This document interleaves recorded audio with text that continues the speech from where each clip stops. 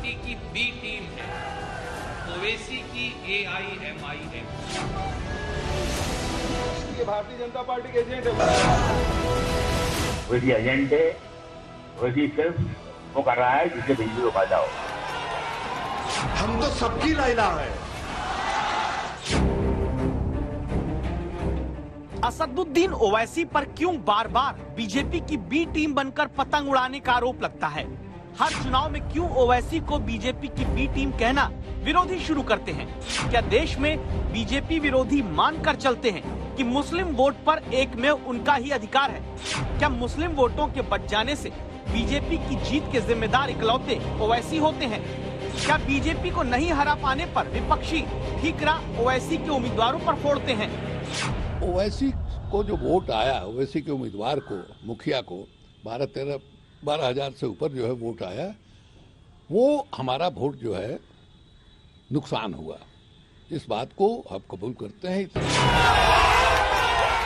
रविवार को जब देश में 7 विधानसभा सीटों के उपचुनाव के नतीजे आए तो चर्चा बिहार की गोपालगंज सीट की सबसे ज्यादा हो रही,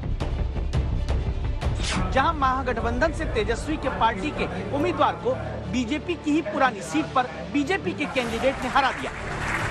आरोप लगा कि बीजेपी की जीत में ओवैसी की पार्टी का भी रोल है। गोपालगंज उपचुनाव में बीजेपी के उम्मीदवार कुसुम देवी को 70,053 वोट मिले।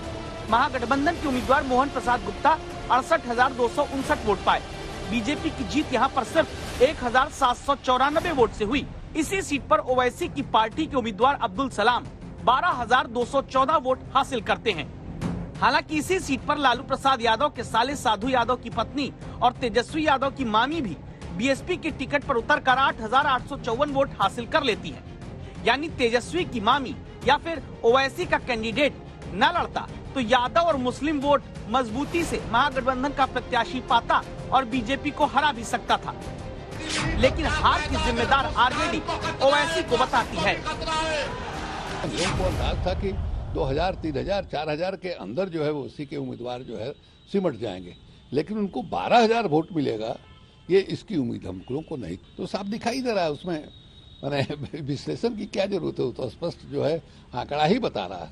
बीजेपी और कुल हिंद मजलिस इत्तेहादुल मुस्लिमीन ये नदी के 2 पार्ट हैं। ये कभी हमारी बी टीम हो ही नहीं सकते। इनके विचार अलग हैं। ये रजाकारों का संगठन है। ये ऐसे लोग हैं जो मादरे वतन को, भारत माता को गाली देने वाले लोग हैं। ये समाज के अंदर बिखराव पैदा करने वाले लोग हैं। और हम लोग सबका साथ, सबका विकास, सबका विश्वास, प्रधानमंत्री नरेंद्र मोदी जी के नेतृत्व में इस नारे को लेकर चलने वाले हैं।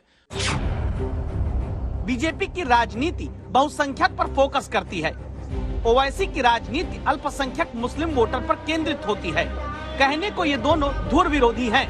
फिर क्या गोपालगंज सीट, जहां सबसे ज्यादा मुस्लिम मतदाता है, वहां ओवैसी के उम्मीदवार की वजह से मुस्लिम वोटों में हुआ बंटवारा बीजेपी के काम आया है? सर ये बताइए, बीजेपी की बी टीम कही जाती है और आज तो सच में जो गोपालगंज पे हुआ है वो तो दिख रहा है। नहीं, 7 बाई इलेक्शन हुए, राइट? 6 कैसे जीती बीजेपी? सिर्फ 2 पे जीती? नहीं, जो पूरे हरियाणा में बीजेपी जीती, हरियाणा में बीजेपी जीती। और कहाँ जीती बीजेपी? यूपी में जीत गई बीजेपी। तो समाजवादी को क्यों नहीं कहेंगे आप? हरियाणा में कांग्रेस को क्यों नहीं कहेंगे? हरियाणा में आप बिरड़ी, उनको क्यों नहीं कहेंगे?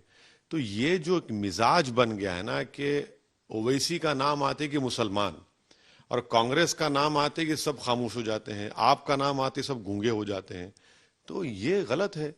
अच्छा, जहां से गोपालगंज में जहां हम बीजेपी जीती बोल रहे, वहां पर तो लालू के साले लड़े, साधु यादव, जो पहले वहां के विधायक भी थे, एक सांसद भी थे।